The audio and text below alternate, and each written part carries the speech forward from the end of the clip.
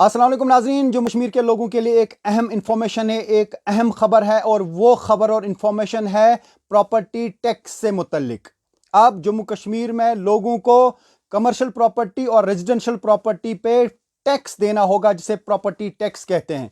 वह पे लुकन ये प्रॉपर्टी टैक्स दिन, चाहे सो रेजिडेंशियल हाउस आए या कमर्शियल हाउस आए, कमर्शियल बिल्डिंग आए, तथ पे पे वन टैक्स दिन, या प्रॉपर्टी टैक्स वनान। और ये टैक्स जो है ये 1 अप्रैल 2023 से वसूल किया जाएगा, यानी जो फाइनेंशियल ईयर 2023 का 1 अप्रैल से शुरू होगा, तब से ये प्रॉपर्टी टैक्स अब कैलकुलेट किया जाएगा। इस सिलसिले में एक नोटिफिकेशन जारी की है सरकारी डिपार्टमेंट, जो housing and urban development department है, उनकी तरफ से ये नोटिफिकेशन जारी की गई है।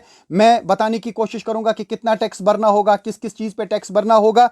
लेकिन उससे पहले मैं आपको बताऊं, ये जो टैक्स है ये श्रीनगर में भरना पड़ेगा, क्योंकि वो श्रीनगर म्यूनिसिपल कॉरपोरेशन के अंदर एरिया आता है। जम्मू में भरना पड़ेगा, वो जम्मू म्यूनिसिपल कॉरपोरेशन के अंदर एरिया आता है। और जहां जहां पे म्यूनिसिपल कमिटीज हैं, म्यूनिसिपल काउंसिल्स हैं, म्यूनिसिपल कॉरपोरेशंस हैं, वहां पे लोगों को अब प्रॉपर्टी पे टैक्स देना होगा, चाहे वो रेजिडेंशियल बिल्डिंग हो या फिर कमर्शियल बिल्डिंग हो, उस पर अब टैक्स देना पड़ेगा। क्योंकि इस सिलसिले में अब नोटिफिकेशन इजरा कर दी गई है और इस नोटिफिकेशन पे बाज़ाब्ता लिखा गया है, in exercise of the powers conferred by section 71A of Jammu and Kashmir Municipal Act 2000, read with subsection 1 of section 65 and subsection 1 of section 73 thereof, the government hereby notifies the following rules for levy, assessment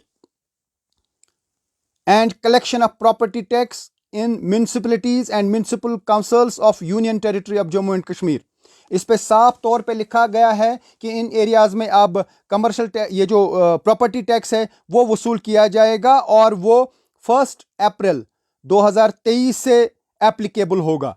लेकिन मैं आपको बताना चाहूँगा, इसमें काफ़ी चीज़ें लिखी गई हैं, लेकिन शॉर्ट में मैं आपको बताऊंगा कि कितना टैक्स देना पड़ सकता है। मैं कोशिश करूंगा कल एक एक्सपर्ट से बात करने की, जो प्रॉपर्टी टैक्स से मुतालिक हर चीज़ साफ करेंगे। लेकिन इसमें property tax on residential property लिखा गया है 5%, property tax on non residential property है 6%।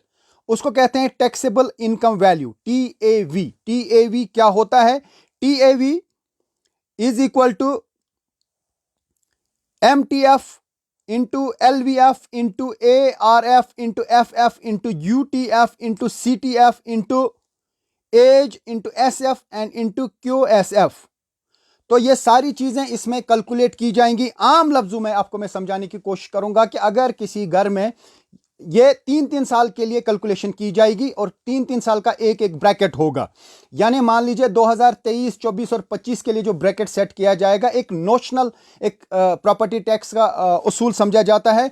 एक बिल्डिंग का ये देखा जाएगा कि कितने एरिया पे है, क्या ये कंक्रीट है, क्या इसमें स्लैब डली हुई है, क्या इसमें RCC का इस्तेमाल किया गया है, क्या ये कच्चा है, क्या ये पक्का है, क्या ये टिन शेड है, या इसकी एज कितनी है, क्या इसकी एज 20 साल से ज़्यादा है, 30 साल से ज़्यादा है, या 30 से 40 साल के दरमियान, या 40 से 50 या 50 से 60 साल के दरमियान, या अबो 60 ईयर्स इस मकान को हुए हैं बनाए हुए। उसी हिसाब से एक असेसमेंट की जाती है। आप मान लीजिए कि अगर किसी मकान की असेसमेंट होती है कि इसमें जो रेंट आएगा, भले ही वहाँ पे कोई रेंट पे रह रहा हो या ना रह रहा हो, मान लीजिए कि मेरा एक घर है, इसमें मैं ये समझता हूँ कि 10,000 रुपये का रेंट मुझे इसमें मिलेगा अगर मैं किसी को रेंट पे दे दूँ। तो उसका मतलब है कि साल का 1,20,000 मुझे रेंट मिलेगा। 1,20,000 का 5% देना होगा, यानी 12×5 = 60। तो 6,000 रुपये उसमें प्रॉपर्टी टैक्स बनता है। अगर किसी घर का एक साल में एक्सपेक्टेड है, नोशनल अमाउंट है कि वो जो है 1,00,000 रुपये उसमें आएगा, तो उसमें 5,000 रुपये प्रॉपर्टी टैक्स भरना पड़ सकता है। तो इसी तरीके से कमर्शियल प्रॉपर्टी पे अगर 1,00,000 रुपये, मान लीजिए किसी की दुकान है, वो इन एरियाज में है जहां पे ये नोटिफिकेशन जहां के लिए जारी किया गया है, और उसमें आप मान लीजिए कि किसी का 1,00,000 रुपये आता है साल का दुकान की रेंट, जो एक्सपेक्टेड या आ सकता है अगर वो उसे किराए पे देगा, तो उसको 6,000 रुपये प्रॉपर्टी टैक्स भरना पड़ेगा हर साल, और 3 साल के ब्रैकेट के लिए। फिलहाल जो असेसमेंट होगी वो इन चीज़ों को देखा जाएगा। जैसे मैं फिर से बताना चाहूँगा, यूएलएफ हो गया यूजेज टाइप फैक्टर, वो भी देखा जाएगा किस तरीके का यूजेज है। सीटीएफ होगा कंस्ट्रक्शन टाइप फैक्टर, किस तरीके की कंस्ट्रक्शन है। एजीएफ होगा एज फैक्टर, कितना टाइम इस बिल्डिंग को हुआ है बने हुए। एसएफ हो गया स्लैब फैक्टर, क्या स्लैब है, कितना एरिया है, किस एरिया में स्लैब है। और उसके अलावा होगा OSF is occupancy status, occupancy किसकी है, क्या कोई रेंट पे रह रहा है, क्या कोई कमर्शियल दुकान है वहां पे या कोई चीज है, तो वहां पे क्या है।